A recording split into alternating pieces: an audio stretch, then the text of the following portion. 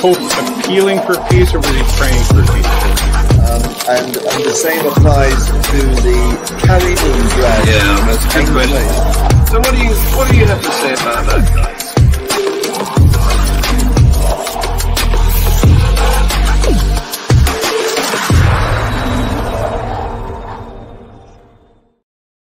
Good morning, afternoon, evening, wherever you are, and welcome to the latest edition of Views on the News, the show where we have our panel of opinionated people, and we have the wise and the witty from many continents, well, 3 continents today. We have Guy, who is also in the UK like me, but a little bit further north. Thank you for coming, Guy. We have David, who is across the Atlantic on the New York. Oh, look at this. Thank you for coming, David. Sure. Always Thanksgiving you're celebrating, isn't it? Yes. Yeah.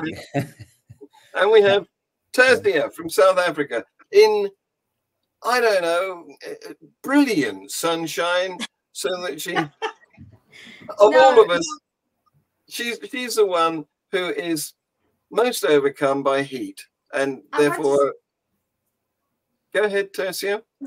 I want to say, you said wise and witty, so it's Guy the wise, David the witty, and poor me, I'm the just beautiful. sweaty.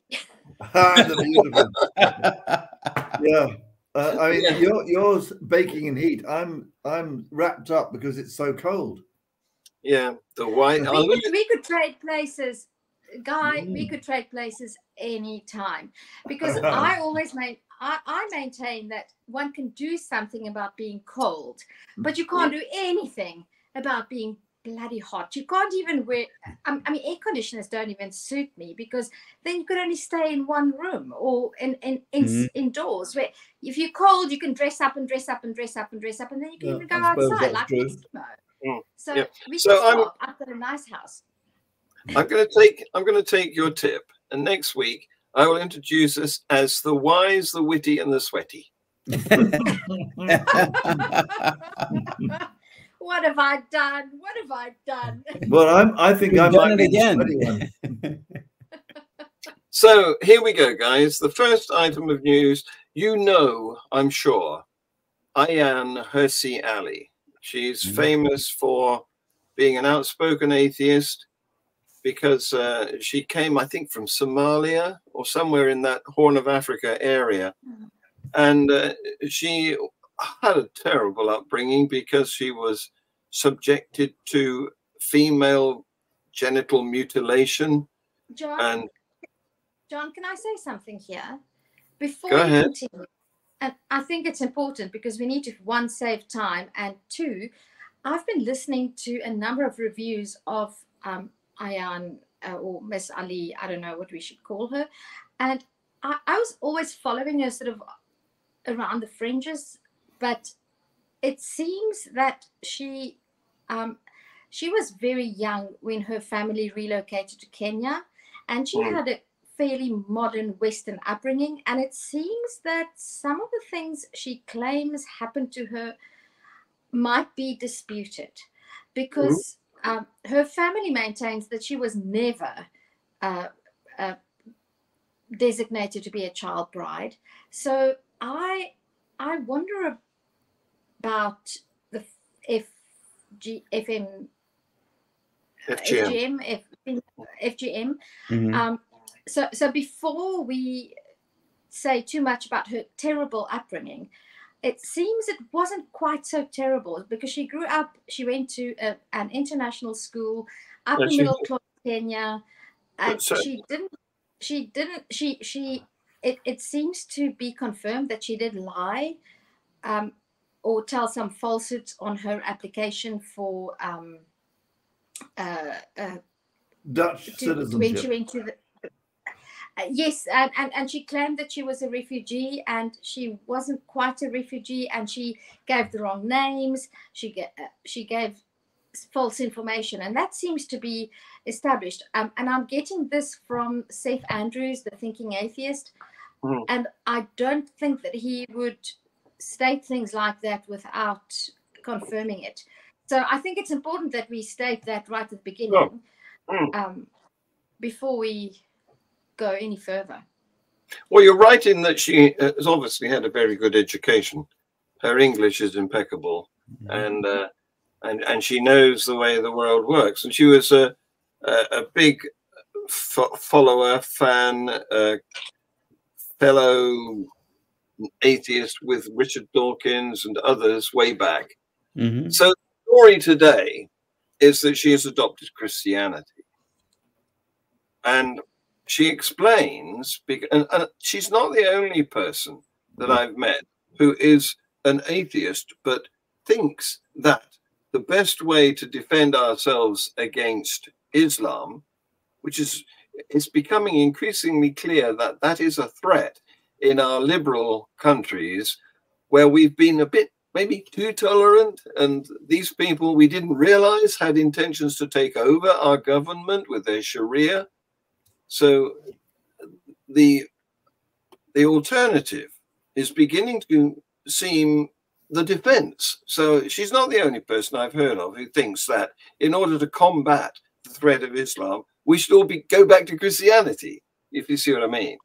So this is her explanation. She says, Western civilization is under threat from three different but related forces: the resurgence of great power, authoritarianism, and expansionism in the forms of the Chinese Communist Party and Vladimir Putin's Russia; the rise of global Islamism, which threatens to mobilize a vast population against the West; and the viral spread of woke ideology, which is eating into the moral fiber of the next generation. We endeavor to fend off these threats with modern secular tools, military, economic, diplomatic, and technological efforts to defeat, bribe, persuade, appease, or survey, and yet, with every round of conflict, we find ourselves losing ground. We are either running out of money, with our national debt in the tens of trillions of dollars, or we are losing our lead in the technological race with China. But we can't fight off these formidable forces unless we can answer the question, what is it that unites us?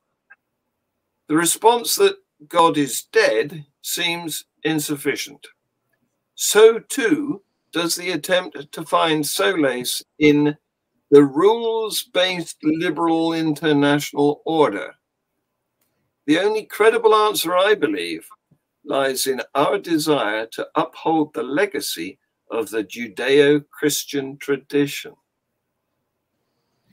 Well, and what's interesting is that she doesn't justify her conversion. Is it a conversion? I don't think it is a conversion. Was she baptized?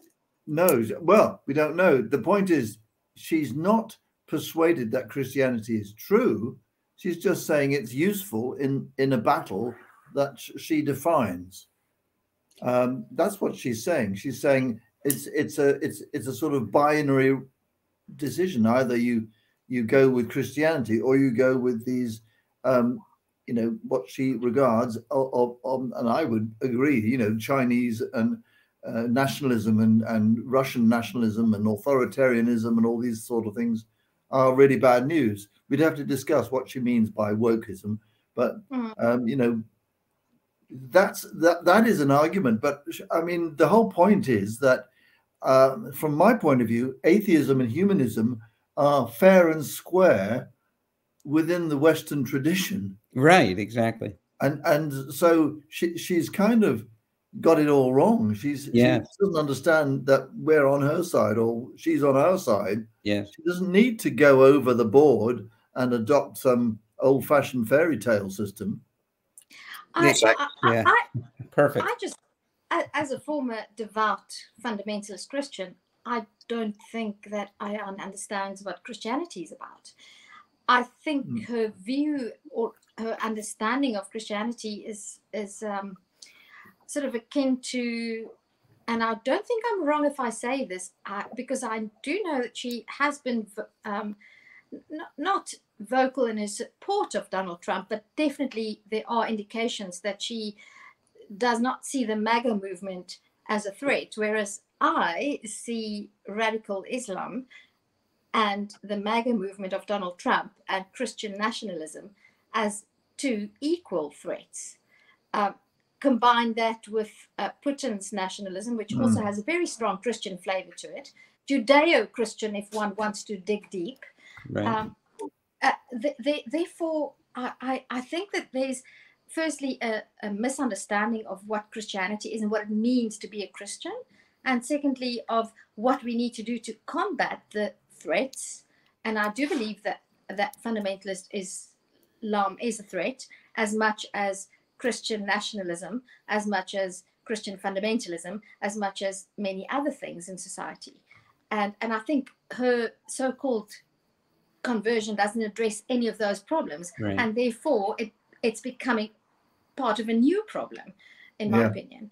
Yeah. Yeah. I mean, she should thank secular democracy, which is founded on the idea that there is no state religion, for her success, and all of the liberalization, what she might call wokeism, that has allowed her to prosper in Western society, that is antithetical to, in the worst case scenario, Christianity. I was just writing today, burning people at the stake for their scientific ideas, like with Giordano Bruno or Galileo being put on house arrest for 7 years for his death. You have really put sugar and sweetness on top of something that's actually really very bitter. And to say all our modern problems can be solved by going backwards in time, rather than pushing the pedal of modernity forward, which sits clearly inside of secularism, humanism, acceptance of the rational material world, is where we need to go. We don't need to, it's like saying, well, I have cancer, so the best way to treat it is to put leeches on me.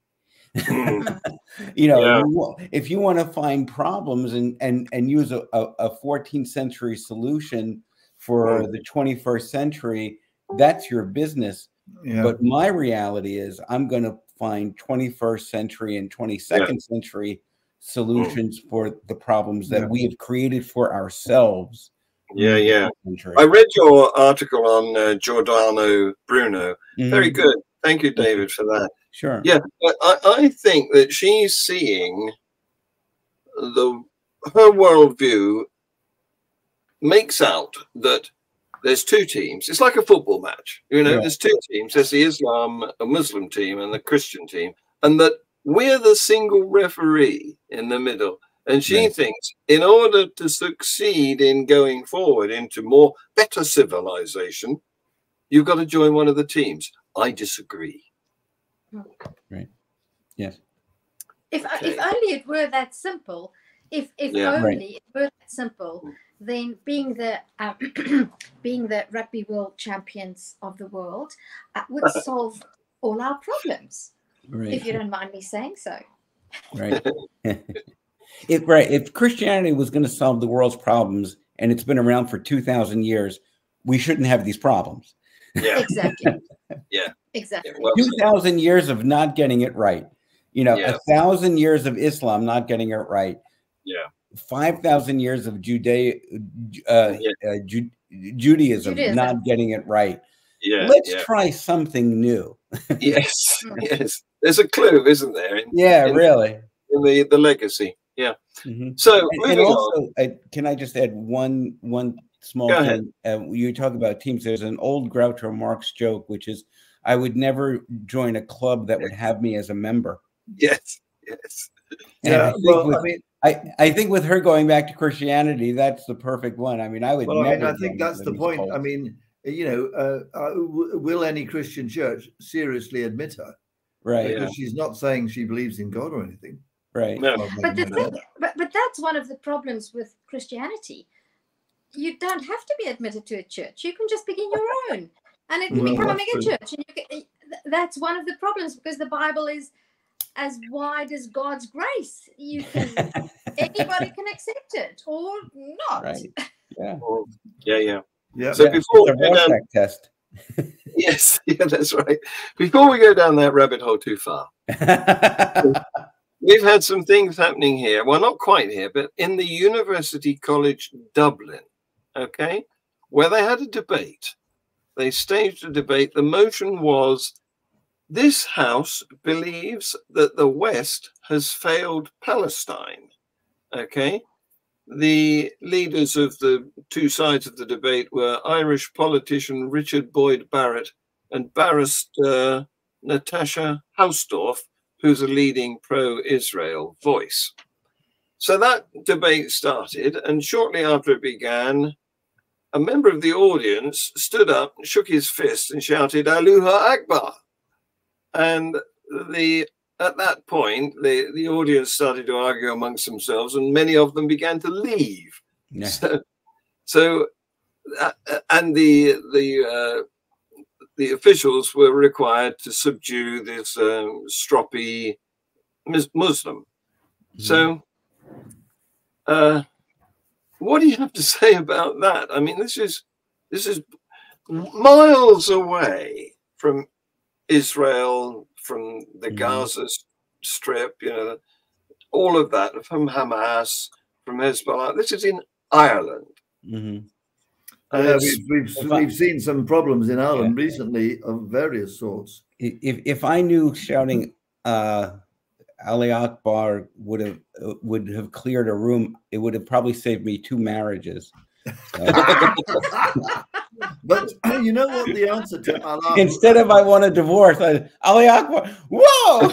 The answer to Allahu Akbar should be La ilaha. There are no gods. Yeah, very good. Those are the first 2 words of the Muslim Shahada. Mm-hmm. But they go on to say there are no gods except Allah. So, so if you say La ilaha and just leave it at that, that's the answer to Allahu Akbar. I think we ought to promote this phrase. Absolutely. Yes. You know, especially among atheists. Mm-hmm. Yeah, thanks for that. As somebody who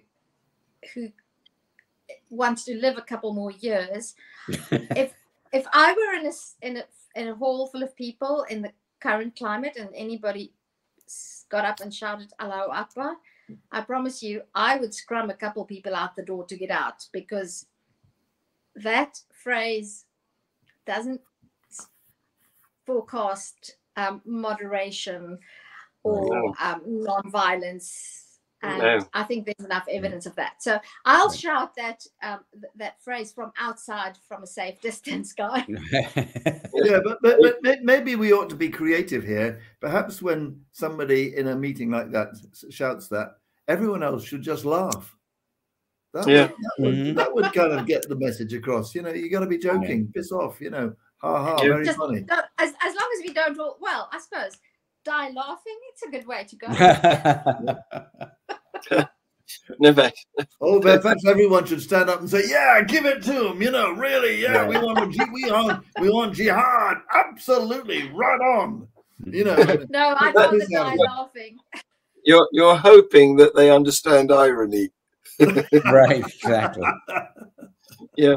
Anyway, continuing with the Islam theme.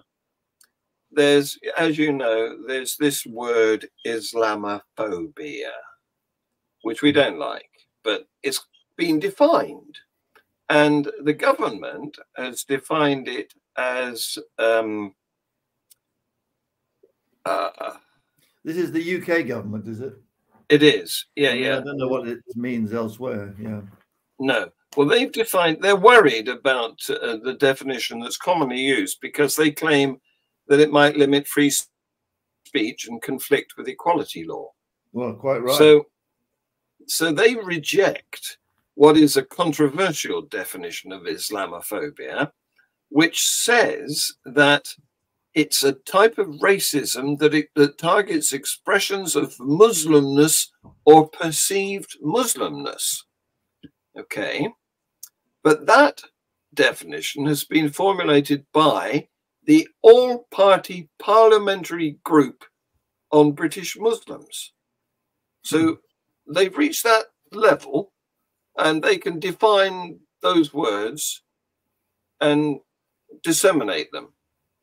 What's alarming about this is in the UK we have 166 universities, but 21 of them employ that definition of Islamophobia, a type of racism that targets expressions of Muslimness or perceived Muslimness. And we're concerned that's chilling free speech. Yeah, it's very difficult. It's very vague. I don't know what they mean by Muslimness.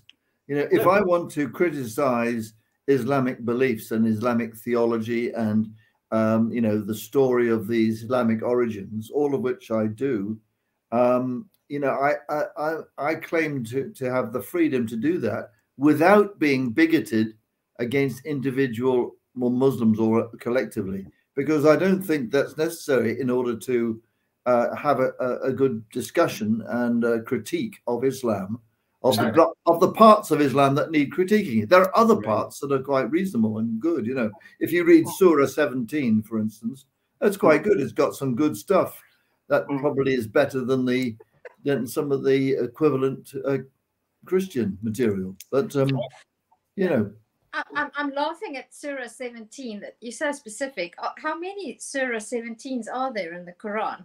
And maybe you should have a competition. Surah 17 is just one chapter, if you like, of the Quran. It's a section. I know. Yeah. Why? Have you read a different Surah 17? No. I'm just thinking that if I think of the Bible, that she's thinking of interpretation. All right, I'm with you. Yeah. I'm sure I can pick a couple verses that sound really nice, but you know, there might be pearls among the dung. If one searches and scratches deep enough.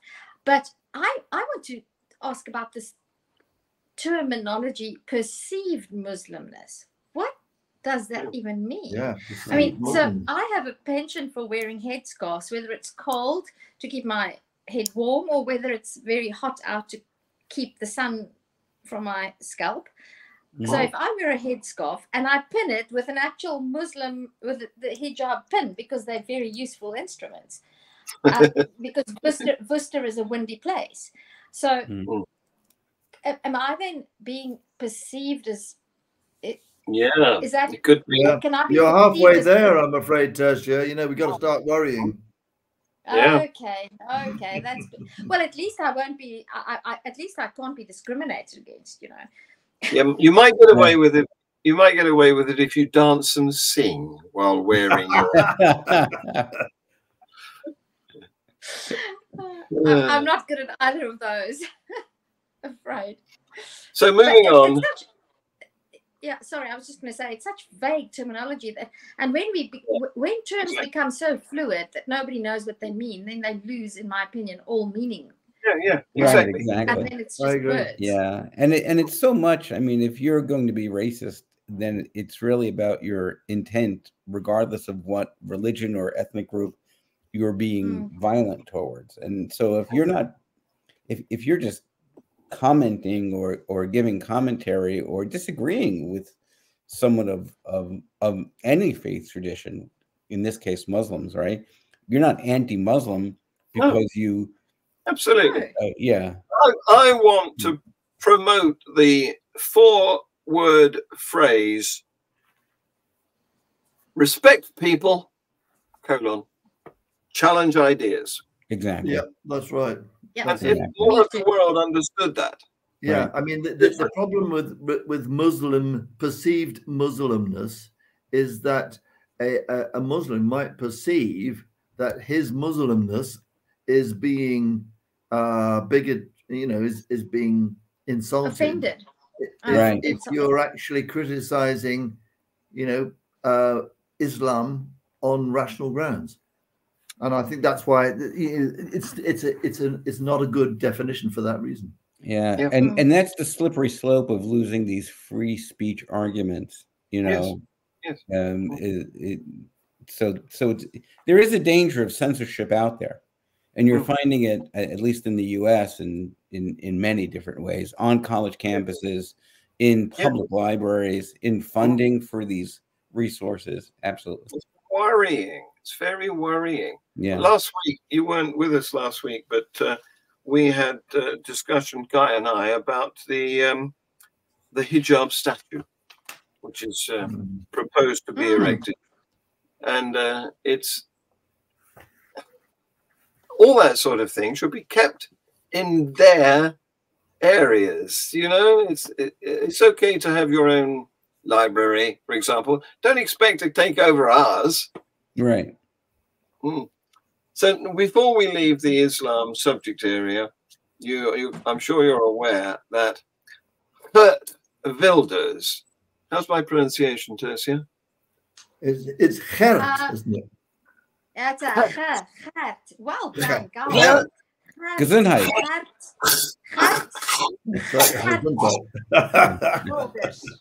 Yeah, well, anyway, he's won the Dutch general election. That's just scary. He's been in Parliament 25 years, and here's a word that sometimes gets to use to mean different things. Freedom Party. You know how democracy is tacked on to the description of a country which is in no way democratic, but they like the label. I'm thinking of the Democratic Congo, Republic of Congo, for example, or way back before the Berlin Wall came down, the USSR, you know, which loved to try and make sure that we thought of it as a democracy, a republic. Anyway, moving on from that, he's the leader for 25 years of the Freedom Party. And previously, he has said he wants to close the borders and ban the Quran. So he's quite a hardline right-winger. But for the first time, he is leading the biggest party in this. It's a democracy where it's necessary to form alliances. Yeah, it's a proportional representation system, and he's got 37 seats, and the next biggest party, he's got 25, and then the next one after that's 24. Yeah, and so it's going to involve 3, 4, or maybe even 5 parties, you know, getting together. There's lots of small parties with a handful of, and it's 150 seats. Interesting enough, Geert Wilders actually has quite a lot of progressive domestic policies, but it's only in this area, which is mainly the whole question of immigration, that he and the Quran. And the Quran. And the Quran, well, the Quran, that's, they're linked. And of course we've seen Meloni, is it Melani, or whatever her name is, in Italy. We've seen Marine Le Pen. We've seen the Germans, the Swedes, the Poles. That there's lots of parties gaining support that are concerned. Nationalist parties. Yeah, but you see it in our own country. In the Conservative Party has been, well, many people would say it's been captured by a bunch of conservatives that take a similar line themselves, and all across Europe. The problem is that they're reflecting what many people do actually think, which is that you know, our countries have become so mixed up in terms of immigration that people don't recognize, you know, where they live anymore, and that's disturbing their identity.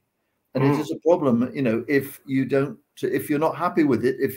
I mean, I quite like it, but I kind of see that there are lots of advantages in having a multicultural and multi-diverse society. But a lot of people feel threatened by it, and it is a real issue. Yes. So, what is to be done is the question. It is a difficult question to answer. Yes, indeed. Well, something that I could advise Geert Wilders to do is to not ban the Quran. If he wants people to be averse to the Quran, he should have daily readings of the entire Quran. I like it. Because in translation, with people Yes. discussing what things mean. Why not? Yes. Why not cherry pick out the worst bits? Well, no, I wouldn't do that. That would be No. disingenuous in my mind. Just read it as it stands and have people talk about it and read it in Dutch. Because banning it just makes the book seem like a martyr. And just don't ban it. Whatever you do, Mr. Wilders, don't ban it. Because that's a guarantee to cause conflict in a situation where you already have people who might be ready for conflict. Yeah. So just don't ban it, please. In the short term, of course, it's a vote winner. Yeah. Yeah. I mean, you see, the recitation of the Quran in Arabic is a beloved institution in Islam. It goes right to the heart of Islam to ban the Quran. It's the Quran has the same sort of position in Islam that Jesus has in Christianity. It's like that. And because, although, you know, the interesting thing is that they love to hear it being recited, but have no idea what it means because it's in a foreign language. Even Arabic speakers don't necessarily understand the Arabic or the classical Arabic of the Quran. So I do think that reading it in English, I mean, maybe we should have a whole series of YouTubes where we read a passage of the Quran and discuss it. I would love that. Such a good idea, and I know I've got some volunteers in mind who might be willing to do that. That's right. Well, I mean, the thing is, deconstructing the Quran. I mean, the thing is that in almost every surah there is degradation and insults cast at Christians and infidels and Jews. Right. You know. That is actually throughout the Quran. It's common. Yeah. So that's a thing to start with. You know, you could point that out. Definitely. Do they really understand this? You know.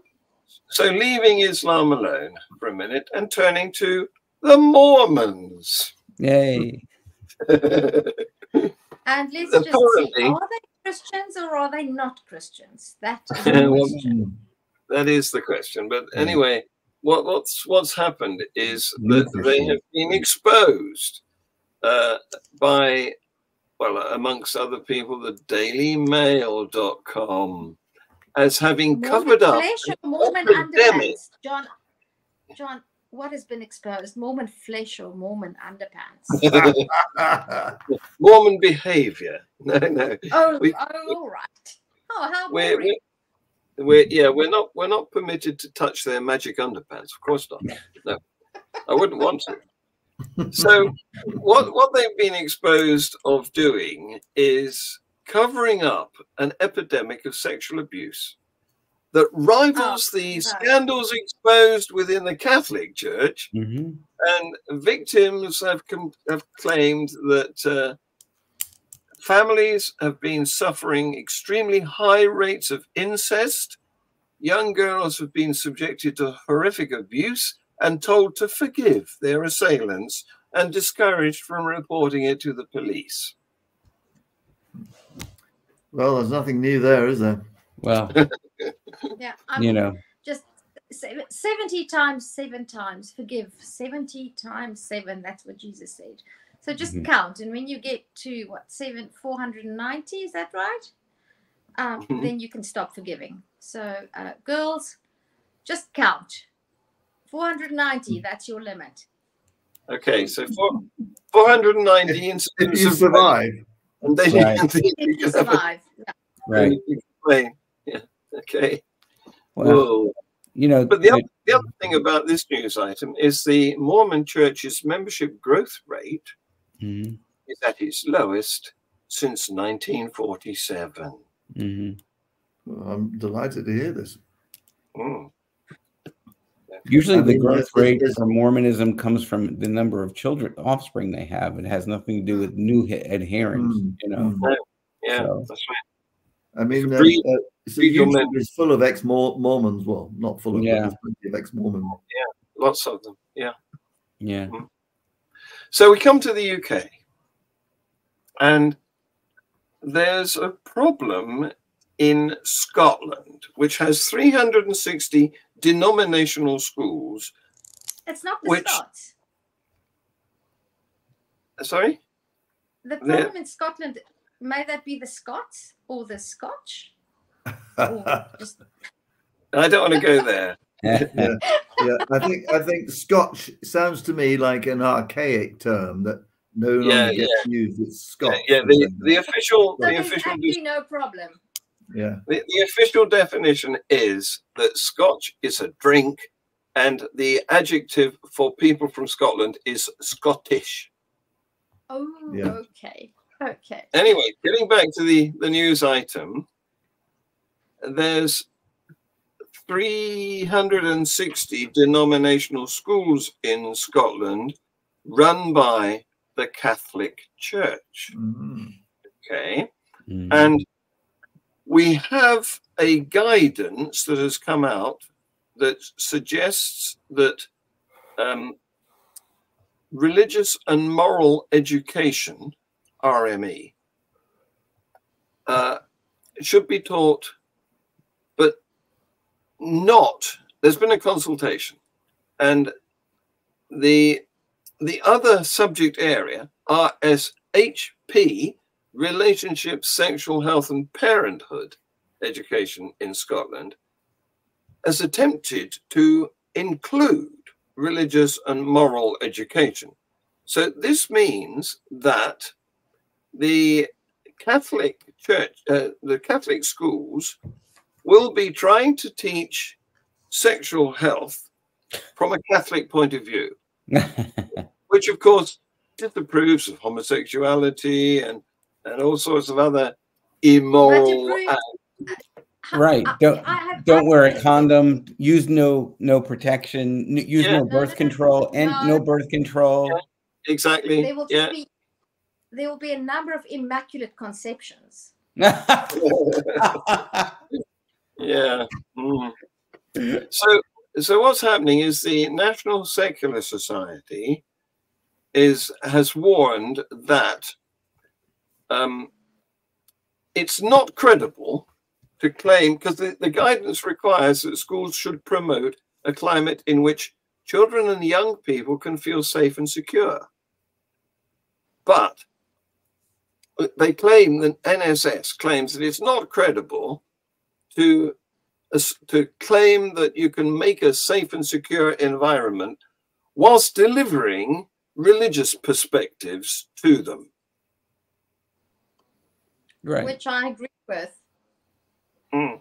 Yeah, I mean, I think that's an interesting point, and you know, all power to them, you know, to the NSS. I think it's important that we try and ensure that children are not indoctrinated in schools.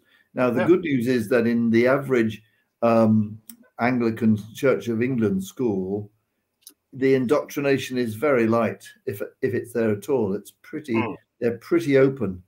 But in Jewish schools, it's quite explicit. And in Muslim schools too, I think it's quite explicit. And in Catholic schools, where I was just sitting on my local authority standing advisory council on religious education. Every local authority has one. And I'm the humanist member on the Rochdale one. And we were discussing the other day the problem of Catholic schools, because Catholic schools are resistant to national guidelines on religious education. Mm-hmm.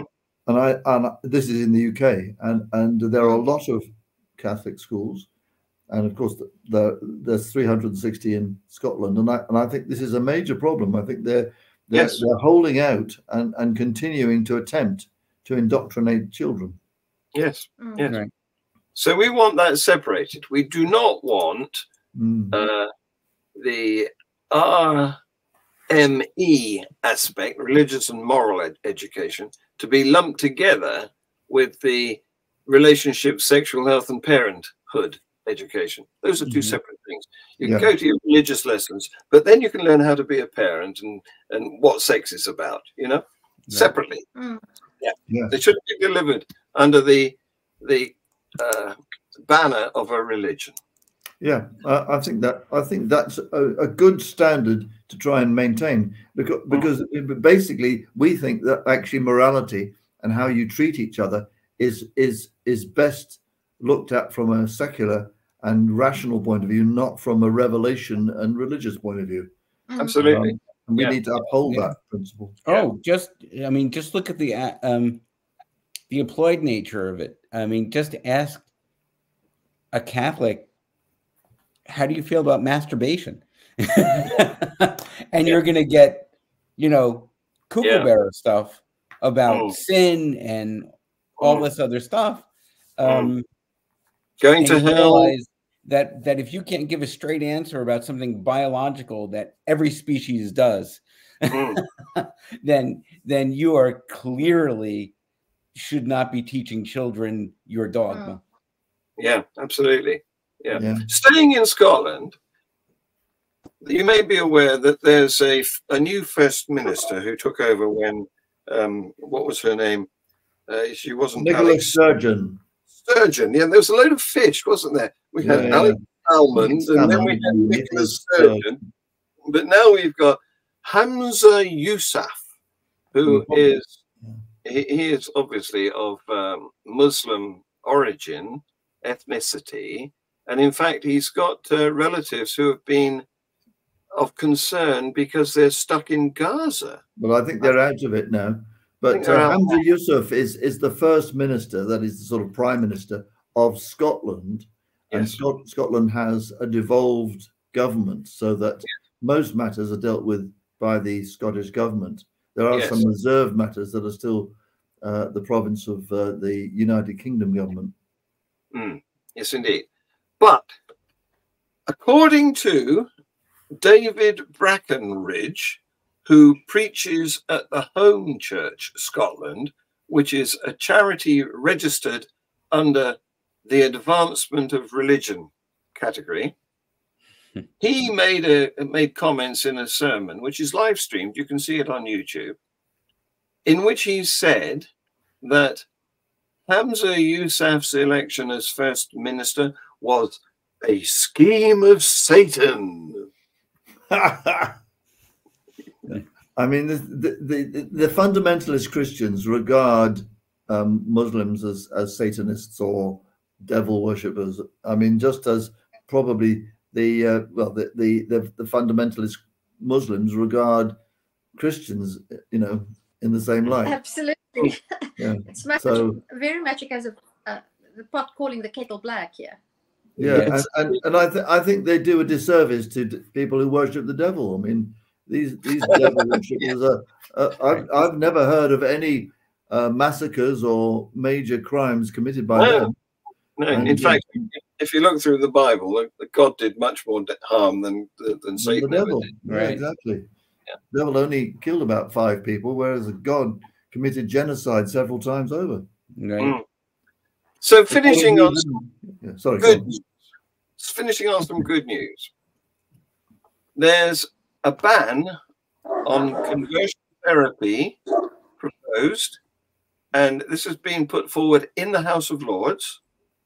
Conversion therapy is where they try to frighten you out of your sexuality, as if that's possible. And anyways, there's a ban that's been tabled by Baroness Burt, and it will be debated next year. And this actually comes after the government, who 5 years ago promised such a ban on they've been promising it a lot. Yes.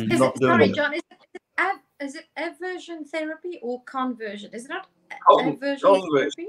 It's a ban on conversion. Conversion therapy.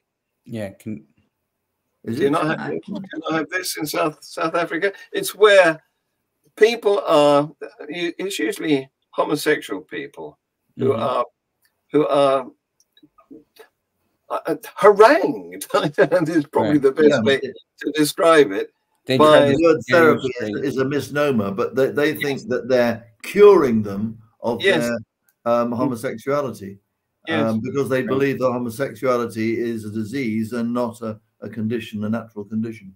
Yes. Yes. But I think it's aversion, as in to try. They expose them to horrific. You might be right, Tersia. Yeah. It's Aversion aversion, therapy. not conversion therapy.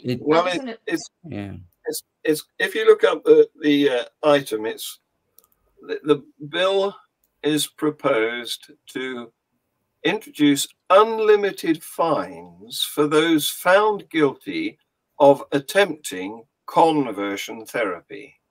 That's what the bill says. They're clearly trying to convert gay people back to straight people. There's this thing in the U.S. called being scared straight, which is what you do is you take kids who are gone bad and you put them in front of prisoners, and they try to tell you what prison is like, and it's being called scared straight. And that is basically what aversion or conversion therapy is, quite literally. It's trying to scare someone straight. And it is so antithetical to a person's identity, who they choose to love. It's very, very scary. And in the U.S., they've been attempting this, and it's always the evangelicals who are trying to do this stuff. And then, of course, you find out that the people who are doing the scaring straight are themselves closeted homosexuals. There's been some very famous ones that were outed. The educator in me has just kicked in. There is such a thing as aversion therapy, which is more or less of a pseudoscience, and that concerns. So if you have a fear of spiders, then aversion therapy means that you gradually introduce to being around spiders until you get used to them. But so conversion therapy seems to me like a sort of a bastardization of aversion therapy. The strongest thing that anyone can say against conversion therapy is, would it be possible to convert a heterosexual into homosexuality by shouting at them and reading the Bible? And I don't think it would. Conversion therapy is the equivalent of being convicted of heresy. In neither case is there a crime being committed. You're just who you are. Yes, that's absolutely right. And on that note, thank you very much. We've set the world to rights again. Yay. Wonderful. Thank you for your wise, witty, and sweaty contributions. Was